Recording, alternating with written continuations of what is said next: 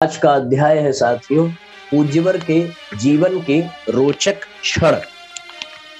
साबरमती आश्रम में बड़ी विनम्रता से गुरुदेव स्वीकार करते हैं कि सुव्यवस्था एवं आश्रम दिनचर्या का शिक्षण जो उन्हें बापू के साबरमती आश्रम में प्राप्त हुआ वह वे जीवन भर नहीं भूलते। वह यही उपदेश आजीवन सभी को देते रहेंगे कि व्यवस्था बुद्धि के विकास द्वारा छोटी छोटी बातों से शिक्षण लेते हुए ही व्यक्ति प्रगति पथ पर बढ़ सकता है। वे साबरमती आश्रम में थे। 1935-36 की बात है। प्रातः दातौन तोड़ी तो जरा बड़ी टूट गई। फिर दातौन कर उसे जब वे नाली में फेंकने जा रहे थे, मीराबेन ने देख लिया। तुरंत हाथ पकड़कर समझाया, तुमने दो व्यक्तियों के बराबर दातौन की डाली तोड़कर एक का एक छीन दूसरे उसे कचरे में फेंककर बर्बाद भी कर रहे हो। इसे अच्छी तरह धोकर सूखने डाल दो, सूख जाने पर जलावन के काम आएगी। छोटी सी बात, किंतु इसने उन्हें मत कर रख दिया। बाद में जब भी आश्रम में व्यवस्था की बात चलती तो इसका हवाला देते हुए वे कहते कि इन्हीं सूत्रों से सुव्यवस्था निभ सकती है।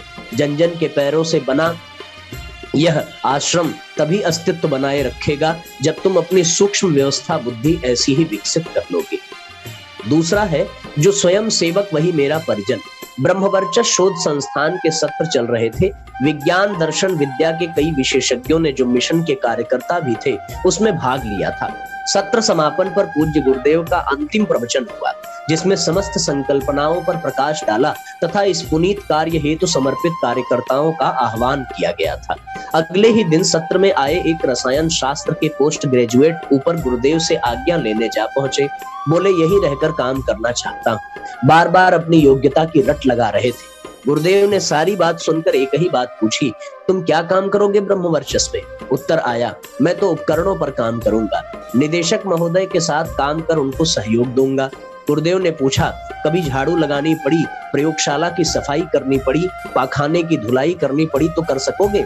उत्तर आया, यह काम तो कोई भी नौकर कर लेगा, मैं तो वैज्ञानिक हूँ। कड़े शब्दों में गुरुदेव बोल उठे, जो स्वयं सेवक बन सके वही मेरा प्रिय परिजन बन सकता है। जाओ, तुम नौकरी करो, तुम्हारे अंदर लोक सेवा के संस्कार जाग जाएं, तब आना। यह थी इनकी मूल्यांकन की कसौटी।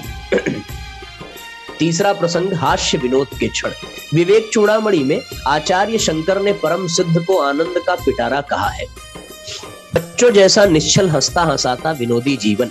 जिन्हें भी उनके निकट आने का सौभाग्य मिला उनके हंसी के फुहारों से नहाए बिना न रहे होंगे। ऐसे ही एक दिन गुरुदेव तपोभूमि में दो कार्यकर्ताओं के साथ बैठे हुए थे। इनमें से एक कार्यकर्ता को लंबी दाढ़ी, बढ़े हुए बाल रखने का शौक था। तिलक लगाने, पीत वस्त्र धारण करने पर उनकी शोभा किसी महंत से कम न होती थी। वार्तालाप का क्रम चल ही रहा था कि एक व्यक्ति ने अंदर प्रवेश किया। इन तीनों के पास पहुंचकर बोला, मुझे गुरुजी से मिलना है। गुरुजी हंसते हुए बोले, पहचान लो गुरुजी को, इन्हीं तीन में कोई गुरुजी है। आगंतुक थोड़ी देर तक इधर उधर देखता रहा, फिर लंबी दाढ़ी वाले कार्यकर्ता के चरणों में माथा रख दिया। बेचारे कार्यकर्ता भौचक्के हो समझाने लगे कि गुरुजी मैं नहीं, वह रहे उधर। वह सारे तमाशे को देख हंसते हुए कह रहे थे, बहकावे में आकर गुरु के चरणों को मत छोड़ देना, यही गुरुजी हैं। आसपास कुछ और लोग आ गए। बड़ी देर तक वातावरण में ठहाके गूंजते रहे। काफी देर बाद आने वाले को असली गुरुजी का पता चला। वह भी उनके बालवत हंसी देख मुग्ध हो गया। चौथा प्रसंग है, शांति कुंज, महाकाल का घोंसला। स्वामी विवेकानंद कहा करते थे कि छटांग भर के दिमाग से कहीं रामकृष्ण की अवधारणा हो सकती है। स्वामी जी का कथन गुरुदेव पर भी 100% खरा उतरता है। बात 7 दिसंबर 1989 की है। गुरुदेव अपने ऊपर के आंगन में टहलते हुए पास बैठे एक शिष्य को मनोविज्ञान के कुछ सिद्धांत स्पष्ट कर रहे थे। यही कोई 3:30-4 का समय होगा। सिद्धांतों को भली प्रकार स्पष्ट करते हुए बोले, जानता है आजकल शांति कुंज क्या बन गया है? सुनकर शिष्य कुछ अचकचा गया। उसे हाल में हुए नए निर्माण के बारे में मालूम था, विश्वामित्र की तपस्थली के बारे में भी जानता था। अपनी जानकारियों को उसने कह सुनाया। सुनकर उसके बचकानेपन पर हंसते हुए बोले, अरे ये सब नहीं लड़के, आजकल शांति कुंज बन गया है महाकाल का घोंसला। सुनने वाले की समझ को परखते हुए वह थोड़ा खुलासा करते हुए बोले, धरती पर चल रही महाकाल की विभिन्न गतिविधियों का हेड ऑफिस अब यही है। सुनने वाले को चकित देख वह हंसने लगे। उसने भी घोंसले के निवासी को प्रणाम किया और चलता बना। उसके दिमाग में गोस्वामी जी की एक चौपाई गूंज रही थी, सोई जानई जेहि देहु जनाई। ये अविस्मरणीय प्रसंग गुरुदेव के जीवन के थे साथियों।